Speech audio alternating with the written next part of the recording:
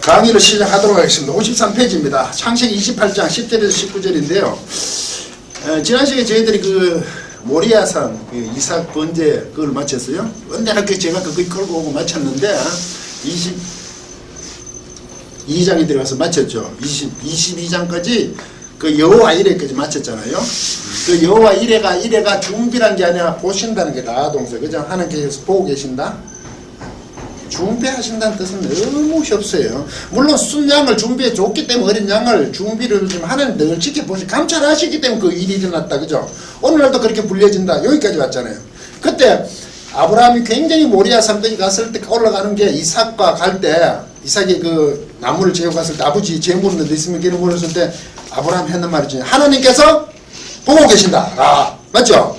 근데 준비하고 계신다는 아니라 그랬잖아요. 그죠? 그 번역하면 굉장히 당당한 게 아니고 하나님 보고 계시니까 너는 머리 숙이라. 이렇게 되잖아요. 그래서 그게 전진적으로 간다 그랬잖아요. 그래서 올라가서 순서대로 결박을 하고, 그죠? 칼을 빼던 데까지 하나하나 설명한다 그랬잖아요. 굉장히 느리게 흘러가요. 왜? 아브라함도 두려움거든요. 그때 하나님의 사자가 멈추게 만들죠. 그래서 순양을, 그죠? 있는 걸 잡고 내려올 때 아브라함 혼자 돌아온다고 제가 얘기했죠. 갈 때는 이삭과 하나됨으로 간다. 그죠? 우리는 동행하던 애 되었는데 하나됨으로 가죠. 그죠? 둘이 붙었을 때 그 하나됨이라는 게 굉장히 두려움으로 올라갔다는 거죠. 그렇게 이끄는 하나님은 얼마나 대단한가가 성경을 얘기하고 싶은 거예요. 그에 따른 아브라함은 어떤 사람인가? 그 인신제사가 관심이 있는 게 아니고요. 그런 일조차도 하나님이 그 나사 시험했다는 게 유혹이 아니라 그랬죠. 제가 입증하기 위한 시험이라 그랬죠. 헬라어로 얘기하면 유혹한 페이라조가 아니라 도키마조라 그랬어요. 그럼 다음 자꾸 이런 얘기가 나올 거예요. 그렇게 하나님께서는 아브라함을 테스트해가 입증해는 이루어내는 그런 힘든 것까지 하셨다. 거기도 아브라함도 함께 했다. 두려웠지만 그게 여호와 이레예요.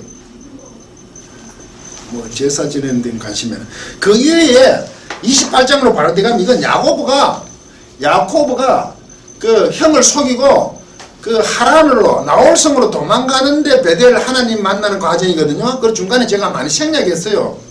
내용을 하기에는 너무 길고 해서 그래서 제가 그 뒤가는 데까지 조금 설명을 하고 28장 10절로 들어갈게요. 들으시면 돼요. 23장에 가면 22장 끝나고 나서 23장에 갑자기 일어나요. 127세에 사라가 죽어요.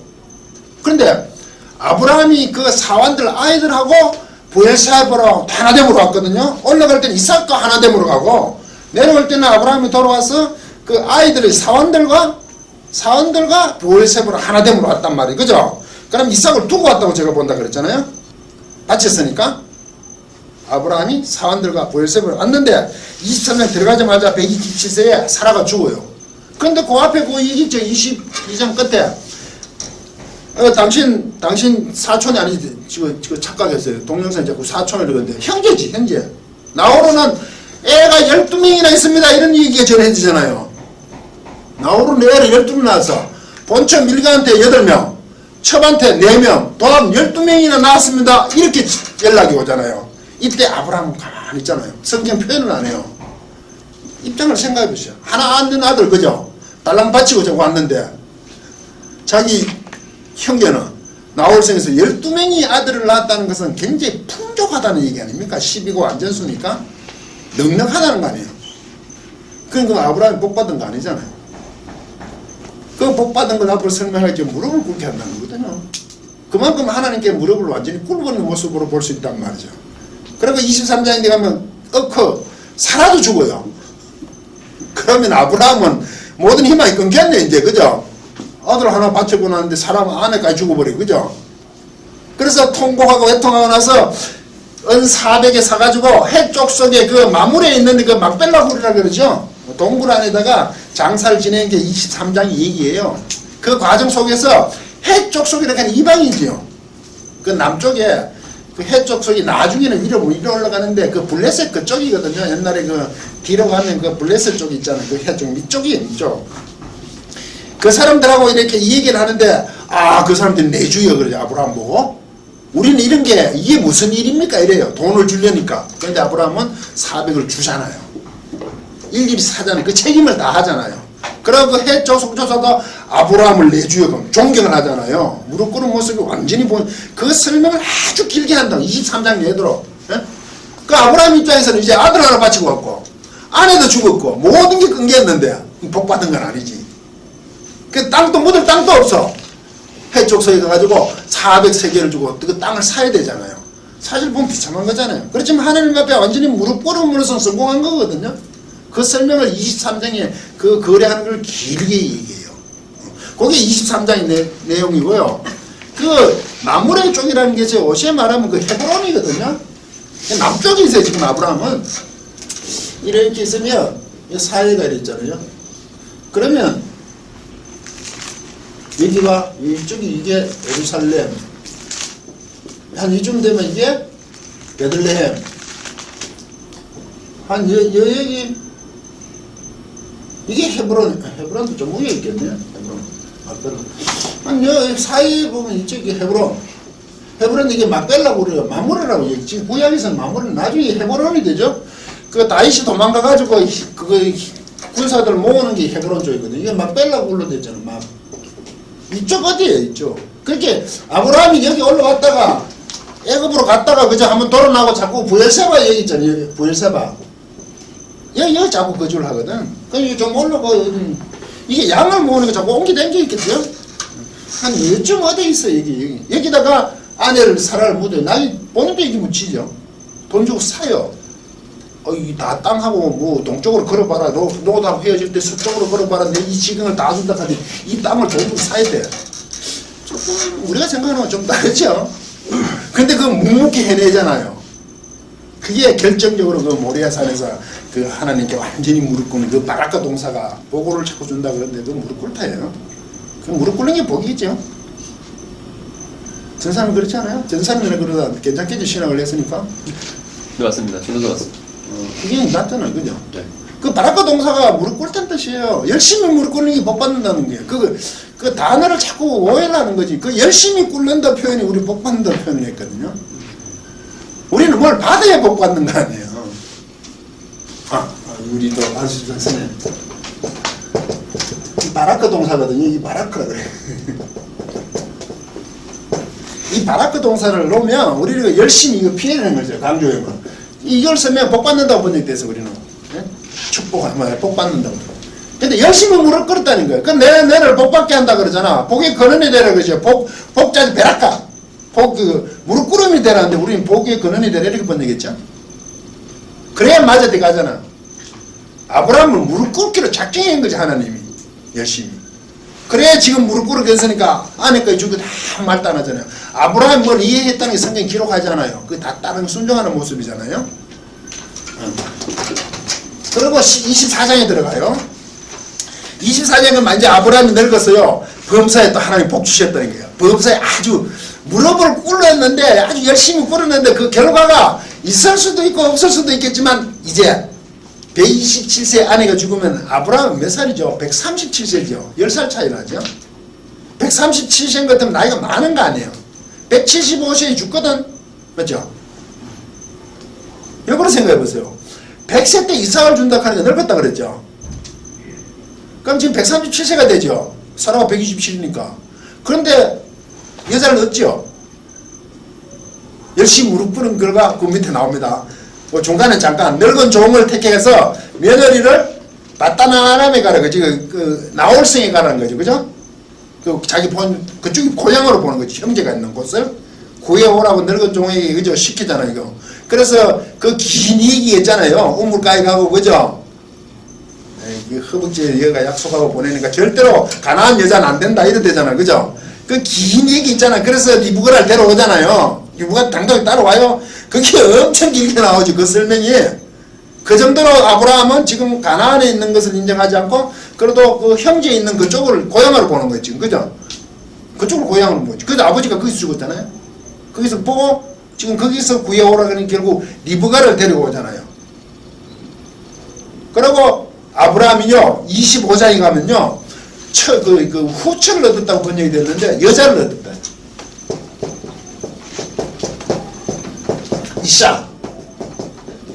이샤를 썼다. 이샤. 아브라함이 여자를 얻었어요. 그게 지금 죽었잖아. 저 누구지? 사라가 죽었죠. 그러면 결혼할 수 있는 거죠.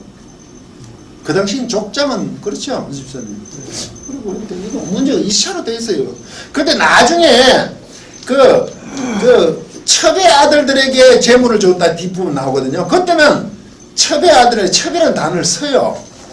그렇지만 이게 그냥 여자로 되어 있어요. 첩이라는 것은 본분이 있는 그런 개념이 우리하고 조금 맞는 것도 하고 안 맞는 것도 해요. 그죠? 그 뒤에 내려가 보면 필레겟이라고 그 후처라고 지금 자꾸 하는데 후처는 그냥 여자를 얻었어요. 그 여자 이름이 케투라요. 케투라.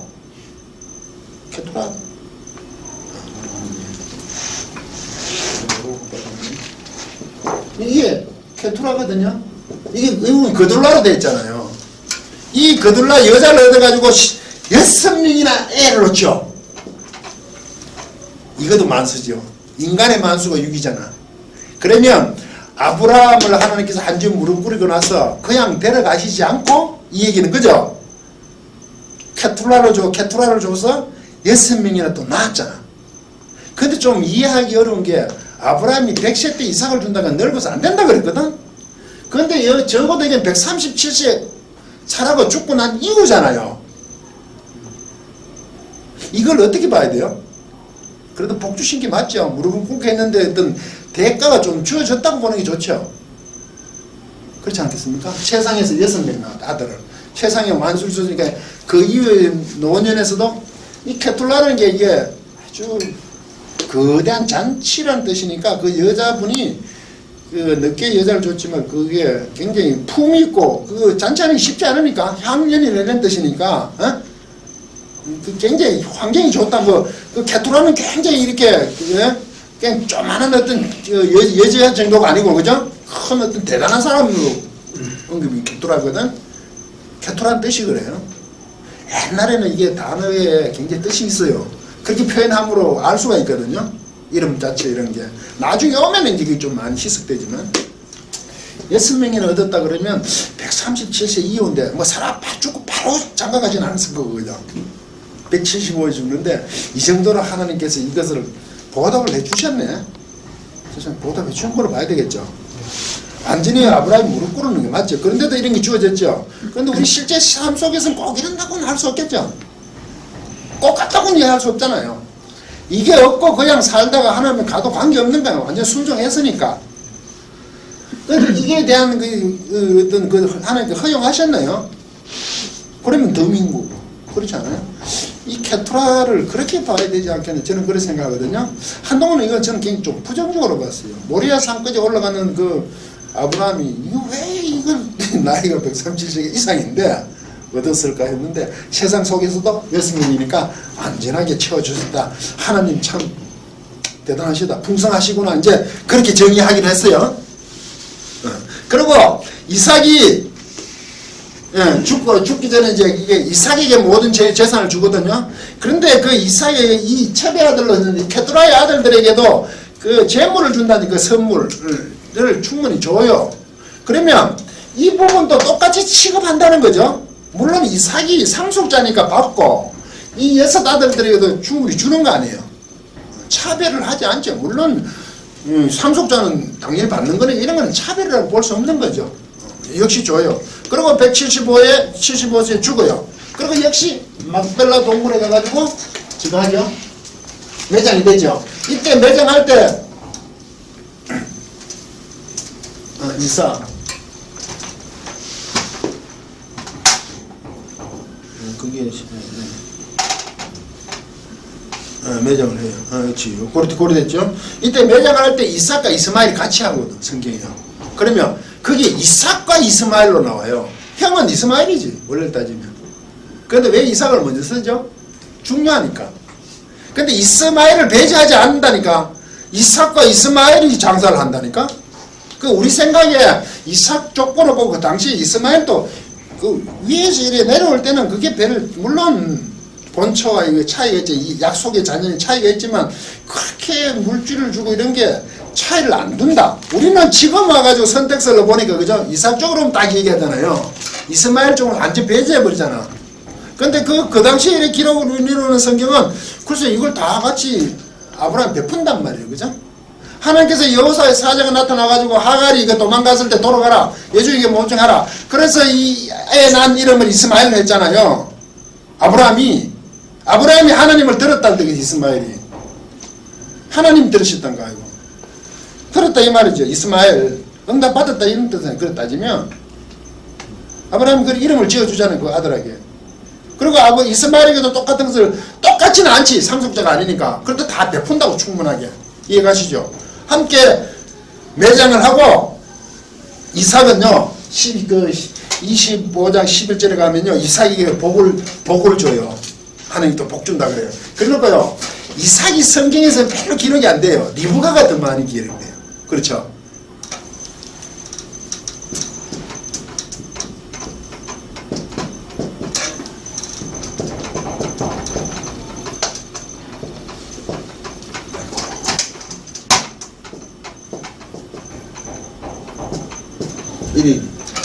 이삭이 어디에 있냐면 이삭에 대해서 잘 알 수가 없는데 가끔 설교 이삭이 굉장히 내성적이고 뭐 조용했다 이런 표현을 어디서 보면 가끔 있어요. 주석이 내려보면 이삭을 언급을 안 하니까 이삭이 어떤 사람이 대체 알 수가 없잖아요. 이게 베에르 라하이 로이 베엘 라헤로이 이렇게잖아. 우리 성경에 할 때 벨라헤로이에 머물렀다 이래거든. 근데 이 장소가 어딘지 아세요? 하갈이 아까 쫓겨 도망갔다가 그죠? 목말라 죽게 됐을 때 여호와의 사자가 내가 물을 주시고 여호와의 사자를 만나죠. 돌아가라 했을 때 벨라헤로이 그 장소잖아요. 남쪽에 이 뜻이요. 이게 우물이라는 뜻이에요. 원래 우물 샘. 이 라헬은 나무 애기니까 이게 하임 같으면 살아있다는 뜻이에요. 로이라는 게 이 선견자, 선지자하고도 많이 아는 사람들 있죠. 선전자, 선지자 이사는 선견자, 내다보는 사람. 그렇게 살아있는 선지자들에게 우물이니까 지금 이삭이 머무르는 게 살아있는 선지자들의 우물이잖아. 그러면 뭔가 이삭이 추구하는 게 뭡니까? 그 선견자, 살아있는 선견자를 이렇게 뭡니까? 바라고 있는 곳에 거주하는 거 아니에요? 아니, 그렇게 설명은 안 됐는데, 여기 거주한다고만 딱 돼, 성경은요. 간단하게 하는데, 이름이 보면, 그죠? 아, 살아있는 선견자에 대해 해당하는 그 우물가에 산단 말이에요. 그러면 이삭은 이것을 바라고 있으니까 그 우물가에 있는 거 아니에요? 그렇게 해석해야 되잖아요. 생략을 했으니까. 좀 우리말로 하면 표현이 좀 안 맞습니다. 좀 영적이다 그래야 돼요. 조용하면서 이 단어가 좀 그걸 설명해 주잖아요. 살아있는 선견자를 허무하는 거잖아요. 그죠? 그래서 스스로 자기도 살아있는 선견자가 되고자 원하는 거 아니겠어요? 그래서 리브가가 집으로 돌아왔을 때 다시 돌아와서 리브가 오니까 그때 맞이하거든요. 자꾸 여기다가 자꾸 여기가 있어요. 우리 생각하면 자꾸 하나님을 뭐 악무하는 그런 모습이 그 삶 속에. 그래서 이제 그런 말이 나온 것 같아요. 추적은 그래밖에 못해요. 원래 이삭이 있자 그래 웃었다는 거거든요. 근데 그런 사람이 아버지가 웃어가 나왔는 일만 아예 아니야. 근데 걔가 여기에 거주한다는 거 성경이 출애굽기까지 보면 그 장소가 굉장히 의미가 있다니까. 그 당시 글을 쓸 때 장소가 있다 하면 그게는 어떤 상태. 그게 그 상황에 맞게 이름을 지어버린다니까요. 항상. 그게 여기에 있었다는 것은 이삭은 좀 이렇게 좀 침착하면서 여기에 거주했다는 게 자체가 얘기를 허무했다고. 이게 선견자의 살아있는 선견자를 얘기하는 하나님을 악무하는 그런 모습이겠네요. 요새처럼 생각하면 하나님을 직접적으로 그러면 그 당시에도 뭐 표현이 좀 그럴 수가 있으니까 그 이삭의 어떤 그 심성이랄까 그 행위에 대한 것을 조금 여기서 이해할 수 있어요. 다른 데서는 잘 모르겠어요. 그리고 그 뒤에 가면요 이스마엘이 12명의 아들을 낳았다고 130일 죽었잖아요. 또 이스마엘이 12명 또 낳았네. 그게 25장 12절 18절 보면 이스마엘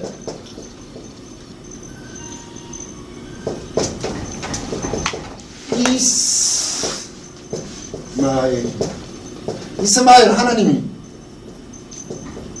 그가 하나님을 들었다는 거예요. 이 이스마엘이 12명의 아들을 낳았다잖아요. 완전하게 애들을 낳았죠. 그럼 12족 방백을 삼았다잖아. 그럼 이스마엘도 풍성한 거 맞죠? 근데 이삭은 둘을 놓는다. 그죠? 야곱과 에사입니까? 에사가 먼저 지금 야곱이 자꾸 언급되죠. 동생이지만 왜? 선택된 자라 그래서 태중에서부터. 지금 이런 식으로 보면 오히려 우리가 아닌 이스마엘 이쪽이 훨씬 더 세상적으로 그런 거 아닙니까? 이 나중에 이스라엘이 나라가 형성되고 이러니까 그 모든 민족이 어떻고 살아보고도 그 사라이가 마지막으로 사라이가 아니고 사레이가 아니라 사라라 그러고 이름도 주고 아브라함이 아니고 아브라함이라 이랬지만 당시에는 그렇게 그것이 드러나는 건 아니죠. 그죠? 이것을 이스마엘이 12명을 하고 이 남쪽에 살아요. 애굽 쪽 가깝게. 그게 조금 애굽에 가깝게 있는 수르 광야 쪽에 그 밑에 있잖아요. 그 애굽하고 가나안 사이 밑에거든. 그 수르 광야. 애굽에서 바로 가나안 들어가는 것은 이쪽에 산다는 것 자체가 이스마엘은 그래도 애굽은 세상적으로 좀 보는 경향이 있잖아요. 얘기할 때 가나안과 애굽을 이쪽에 치우쳐져 있다는 것은 설명을 하지만 12명이다.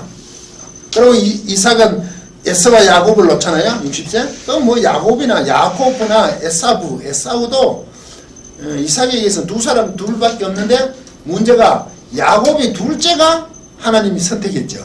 태중에 있을 때. 이런 건 해석하기 어려워요. 알 수가 없잖아. 그죠? 그 하나님 일방적인 선택이에요. 우리가 설명할 수 없어요. 불만스럽지만 할 수 없는 거예요. 그죠? 그걸 설명을 하지 않으니까. 그래서 26장부터 흉년 얘기가 나와요. 또 장황한 설명이는. 그럼 흉년이 되니까 이삭이 그랄로 내려가요. 26장에 들어가면. 그런데 이때 다른 게 있어요. 아브라함도 그랄에 갔죠. 처음에 애굽에 가서 한번 바로왕한테 누이라고 속이고 오고 그죠? 흉년이 되가 또 아브라함 그랄이 어디냐면 이래서 내가 사이에 있으면 그랄이 한 10쯤 있네. 사이에 좀 밑에 이쪽에 이 블레셋 땅이거든. 이쪽으로 가요. 이쪽에 여기 부엘세바가 있겠네. 이쪽이요. 이 그랄이 아브라함이 그랄에 가서도 한 미천 챙겨 나오잖아. 그러고 나서 이삭을 놓거든요. 아브라함이. 근데 이삭이 또 여기를 가요. 흉년이 되니까. 근데 이때 다른 점이 하나 있어요.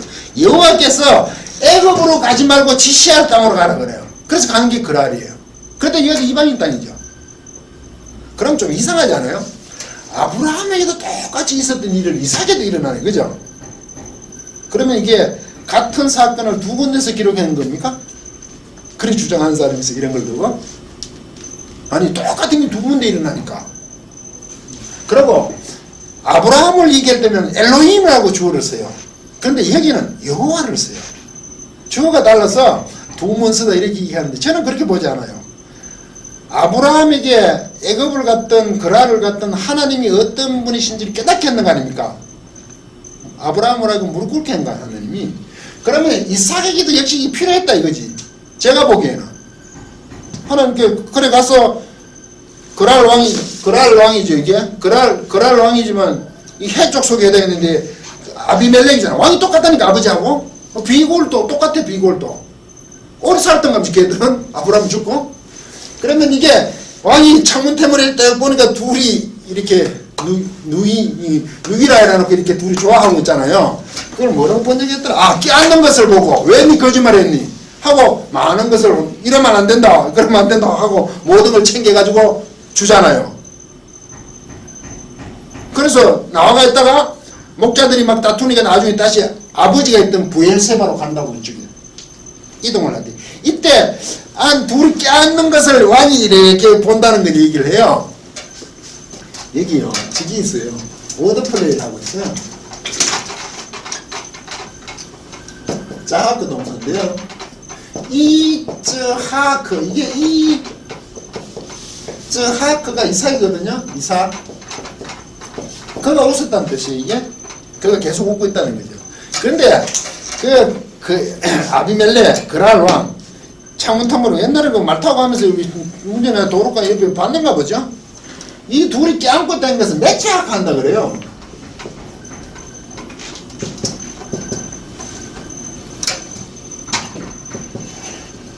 매체학한.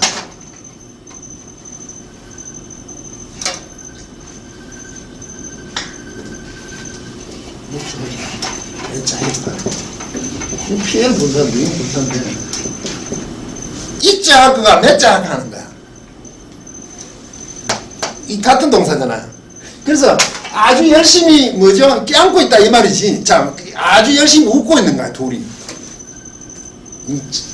좋다 이 말이죠. 그 우리는 껴안고 있는 거로 번내겠는데, 그죠? 그러니까 이자 할 거가 몇 자 하는 거야. 웃는 그 웃음이잖아, 이상이. 그게 몇 자, 둘이 몇 자 할까 한다는 거죠. 아주 그 웨더 플레이를 하고 있는데, 같은 단어로. 그걸 아비말렉이 따고 왜 둘이 껴안고 있냐, 누이라면서 이렇게 되는 거죠. 그죠? 그렇게 내 죽을까 무서워가지고 속였다, 이렇게 되잖아요.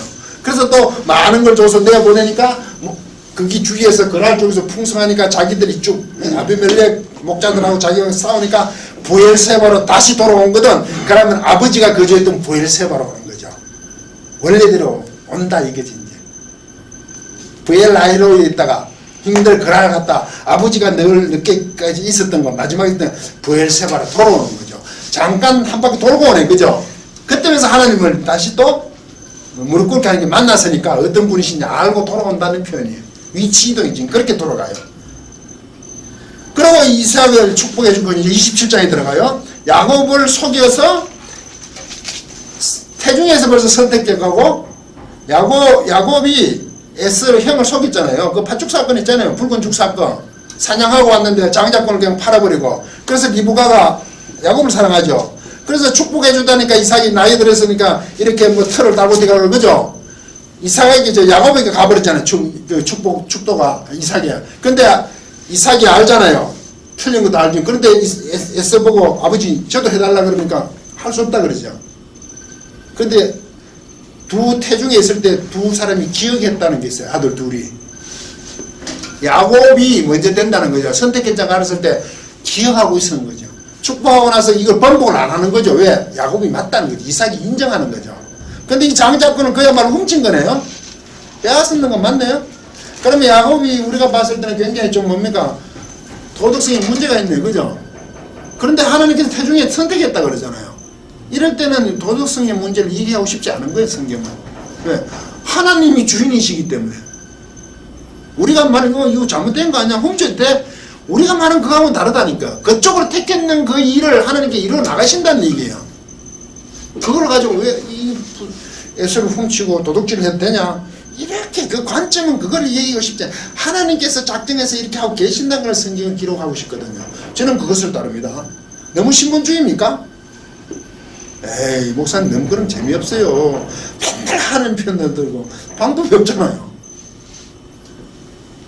그래서 도망을 가죠. 그 에서는 실패하고 아버지 곡소리를 날 때 아버지 죽으면 내 이놈 죽이버리겠다는 것을 리브가가 들어요. 그죠? 그러나서 야곱으로 하여금 어디로 도망가라 그래요. 바다마라 했는데 그게 바다마람으로 가라 그러잖아요. 누구한테 가라 그래요? 그 라반, 그렇게 리브가 자기 엄마 그렇게 오빠 집이네. 그죠? 부두엘을 오빠 집으로 도망가라 그러잖아요. 그럼 오빠한테 맡겨놓으면 살 것 같으니까. 그 당시에 엄마가 봐서도, 리브가가 봐서도 에서가 죽이고도 남겠다는 생각을 했겠죠. 이 에서는 건장하잖아요. 야곱은 늘 집에 있는 그런 거니까 아무래도. 이 상황이 줄으니까 하란으로 도망하잖아요. 그리고 오늘 본문에 들어가요. 너무 오래 갔는데. 내가 볼게요. 그럼 본문에 들어가면 이 본문 이거를 제가 거의 직역하다시피 했거든요. 그럼 밑에 풋노트를 달았어요. 해석이 잘 안 되면 읽으면서 한번 해보도록 하겠습니다. 잠깐 읽고. 그리고 야고보가 베르사바로 나갔고 하니까 부엘세바죠. 에서 나갔죠. 자기인데. 그리고 하란으로 갔습니다. 그리고 그는 그 장소 안에 도달했고 그리고 거기에 투수가였습니다. 유숙했다 이거죠. 155 보면 룬 거기에 머물렀다. 유숙했다. 왜냐하면 해가 들어갔기 때문에 해가 빠지니까 않는 거예요. 왜 그 하란에 가가지고 거기에 유숙했냐 묻지마서 해 빠졌으니까 갔어요. 그리고 그 장소들의 돌들을 취하였고 그 장소에 있는 돌을 취하여서 그의 머리 두는 곳들에 두었어요. 돌추에가 머리 두는 곳에 두었어요. 그리고 저 장소라고 하시면 우리는 그 장소예요. 안에 누웠어요. 돌들을 취하여 자기가 머리 두는 곳에 두었어요.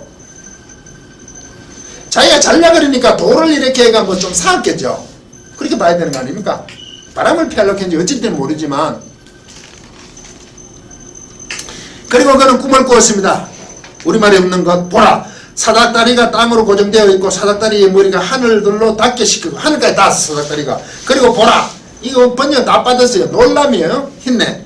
하나님의 사제들이 올라가고 있고 사닥다리에서 내려오고 오르락내리락하고요. 이게 조금 더 보죠. 그리고 보라 놀랍다 이거죠. 여호와께서 아까는 하나님의 사자라 그랬죠. 그러면 또 갑자기 여호와께서 사닥다리에 서시고 그분은 말씀하셨다. 나는 여호와 곧 너의 아버지 그러니까 할아버지겠죠. 무조건 아버지는 할아버지 이런 게 없으니까. 아브라함의 하나님 그리고 이삭의 하나님이시다. 내가 그 땅 위에 누워있는 그 땅을 너에게 그리고 너희 씨에게 내가 줄 것이다. 그리고 너희 씨가 그 땅에 티끌같이 있을 것이고 그리고 너는 바다로 그리고 동쪽으로 북쪽으로 남쪽으로 내겨버리게 전가시킬 것이고 그 흑의 친족이니까 땅의 족속들 모두에게 내 안에서 복을 받을 것이다. 무릎 꿇어질 것이다. 여기 14장이에요. 약속을 받죠. 이 말은 뭐죠? 아브라함에게 준 것을 야곱에게 그죠? 이삭에게도 축복해 주셨고 야곱에게도 똑같은 것을 반복하죠. 지금 베델에서 그것을 체험하고 있는 거 아닙니까? 오늘 강의 여기서 마치도록 하겠습니다.